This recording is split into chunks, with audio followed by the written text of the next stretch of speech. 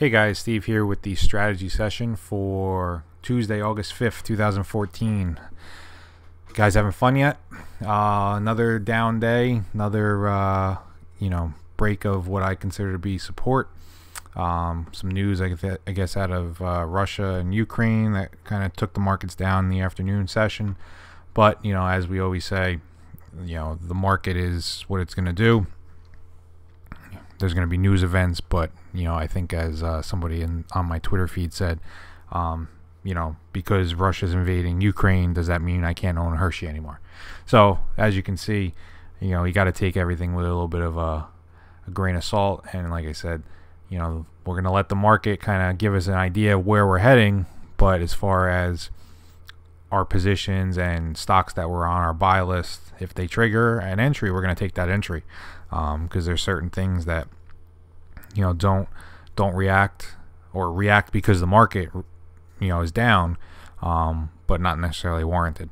So let's take a quick look at the S&P 500. As we said in the stock market outlook that came out yesterday morning, we're really looking at breaking down. I don't, as you can see in here, between really 1887 and this 1922 level, I don't see a lot of support in here. So I don't see why we wouldn't test this 1887 level. At this rate, it could be tomorrow for all I know. Hopefully not, but it's something we have to be prepared for. And if that happens, we'll take our exits in stocks that we need to take our exits in. And if we happen to, like I said, get a breakout in other stocks, we'll take those entries as well. So like I said, we're really just coming back into trendline support on the weekly chart. Again, here's that 1880 level, which is right between these two levels I have drawn on the daily chart. So, it just, to me, seems logical that we would at least retest that. That was the last consolidation breakout that we had. So I don't see why testing that isn't an option. And, just because we would test that doesn't necessarily mean it's bearish. A lot of times on a daily chart, you'll see a stock breakout and come back and test that area of the breakout, same as a weekly. So just because it's an index and it's a market, you got to look at it as an individual entity and trade it as such if you're going to trade it, or use it for a guideline. So let's go through our positions. We had Apple, again down 0.5%, bounced right off that our breakout level. Coming back into the middle of this consolidation, 50-day moving average is catching up right below this trend line support. But like I said, that's why we actually included this 50-day moving average from now on. So it gives us an idea, how loose to place those stops. So right now I'm looking at a break in 93 to exit the trade. I think we're up a little bit in Apple. Let's take a quick look. Oh, I'm sorry, we're not. We're actually down 1.3%. So nothing major, 0.2 R. So again, if it happens to turn out to a loss, just because it's Apple, we'll take the loss. We're not going to sit there because we like Apple. ADM was our one bright spot today. Had earnings. Probably if the market was stronger, we probably would have seen a nice clean breakout. Even as such, it definitely is still a breakout as far as I'm concerned. Here was the previous close was 48.45, and we closed at 48.56. So hopefully we'll get a little more continued strength in ADM. Let this 50-day moving average continue moving up, and then the next stop level I see would be this 46.38 level. Let's take this off. Don't get confused. This would be my next stop level, 46.38. But again, we would have to wait for that 50-day moving average to surpass that. But that's a good stock right now to have. ADM moving well. You could see a channel on the weekly, so nothing wrong with that. American Tower, really it's just consolidating the last few days. Kind of this symmetrical triangle after the breakout. That basically what happened is it broke out from earnings, and now it's consolidating. You could see 1, 2, 3, 4 bars that are essentially in line. So this is another form of consolidation. It doesn't have to be a a perfect rectangle. It can be a triangle, it could be whatever, but sideways momentum or sideways movement is really the definition of consolidation, in my opinion. So this is another form of consolidation. This maybe consolidates, lets the trend line catch up, maybe lets the 50-day moving average catch up. Who knows? But for right now, nothing wrong with the trend in AMT, American Tower. Air Products, very similar to AMT. We had this tight consolidation. We moved down, but we're still within this breakout bar, right? Here was the breakout from earnings, nice breakout, but we're just moving sideways within that bar. So the way I look at this is setting up another consolidation area. Could look at, depending on however you want to draw it. I usually like to use the closing prices. So again, another consolidation area. Maybe we're moving to the trend line. Maybe we're just buying some time, let the 50-day moving average catch up. But again, look at the weekly chart. Weekly chart is trending higher. There's no reason to question the trend in APD. EQR, Equity Residential. We've been long this for probably a few weeks now, maybe 2-3 weeks. So, we're really just pulling back to trend line support, 50-day moving average. Same thing, look at the weekly chart. Nothing wrong with that. Nice trend higher. Some consolidation here would be great. Let ourselves reset, essentially. Let the moving averages catch up. Let us build some buying pressure in here.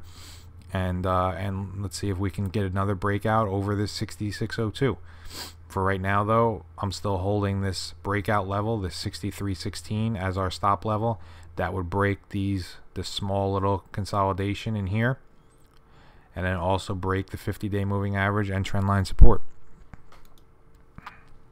Expedia, this was an entry that we made yesterday morning, and we're pretty much right at our entry. I mean, we're not off by much, but the fact that this moved sideways, actually closed off the lows inside this bar from yesterday after a nice breakout, to me that's bullish. I don't want to say it's going to the moon, but as far as I'm concerned, the fact that it didn't dump out 2 or 3% today after that nice pop in earnings means that people aren't willing to sell it yet.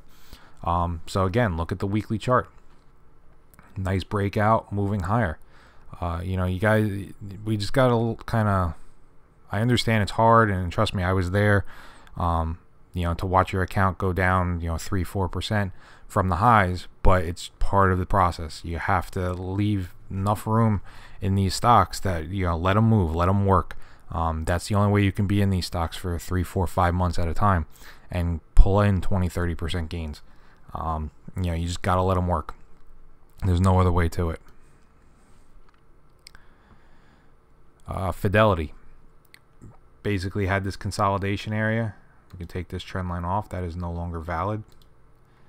But here's the trend line we're going with. All right, we're back at trend line support, back at the 50-day moving average. We're actually going to take our stop, tighten it up because we can. And we're going to tighten it up to right here. Okay. I want to show you guys something. Take this off for a minute. No, I don't want to remove all drawings. Remove drawing. All right. So if we're working on a closing basis, here is, look at your closes right in here. All right, here's a close on this bar. Here's the close here. Close, close. So depending on how you want to do it, we could really move our stop and consider this to be the box, which would mean there's the bottom of your box right there, 54.90. So we're not moving stop up by much. Again, it's not gonna, there we go. But it is something. But like I said, it depends. If you don't want to use closing prices, then just incorporate the whole bar. Okay? So whichever way. I want to use 54.91 because I think if we can get a break of 54.91, then we're going to break the bottom of this box, which the lowest closes were right here. These two green bars were the lowest closes. Here was up here, this was up here. So 54.91 is our new stop. in Fidelity. Last one, Wyndham Worldwide. Again, trend line up, testing the 50-day moving average. Weekly chart looks good, moving sideways, right? Moving right into this trend line, moving right into the 50-day moving average. Here's our lowest close right here, 75.22. Our stop is set a little bit lower. Also look at this pullback low here, right? That was, the low was 75.18. Low here was 75.15. So that 75 area is definitely, you know, the level that I think needs to break to be invalidated in Wyndham. And again, you know, we had a nice breakout. We're coming back. This is consolidation. You know, in these pullbacks, it's nice to see some of our stocks consolidating instead of actually pulling back. I mean, obviously, yes, this one did pull back from 78 all the way down to 75. But when you look at it and you zoom out, on the grand scheme of things, it may not be as bad as everybody's making it sound. You know, again, just trade the price action, trade the stocks based on their own merit, and you know, don't lump it in with the market, because you're gonna get yourself all turned around. You're gonna be bullish on a stock, you're gonna be selling it because the market's down. It just doesn't work. I did it. It doesn't work. Disney reported after the close. Let's see. Did it do anything? Disney. 86.82, 86.95. So nothing. Sideways, which is actually a good sign. I'd like to see this go sideways, then break out. I don't want to see it really gap up to 88, 89, because I think if that's the case, people would be taking profits. I'd rather see it break out during normal market hours. But if you look at the weekly chart, I do think this maybe can go sideways a little bit longer to hit that weekly trend line, and then set us up. Our watch list from the weekend. Let's see, do we have any green stocks today? Three out of, I think, 25 or 26. Not exactly sure of the count. Let's just take a quick look at those. Cardinal Health really broke down yesterday after earnings, rallied back. You know, that one doesn't look too hot right now, to be honest with you. Tesoro. That's surprising that actually Tesoro was up, because if you look at all our other energy stocks, look, down 2%, down 2.84, down 1.9, down almost 2% in most of the energy stocks. So the fact that Tesoro was up is kind of interesting, in my opinion. So we're going to keep an eye on that one. You know, if it was following suit, it would have been down about 2%, just like our other ones. But to be honest, this one was actually higher on the day, and it is close to breaking out over the 62 level. So let's keep an eye on Tesoro, because that could be our next trade setup for us. And the last one, Republic Services. Again, moving towards the highs. You know, see if we can get a breakout there. Yeah, see, these are the other energy stocks. APC. I mean, some wicked down bars here. Oh, it's broken. Sorry, guys. WMB. Testing the 50-day moving average. Marathon. That was one we talked about yesterday.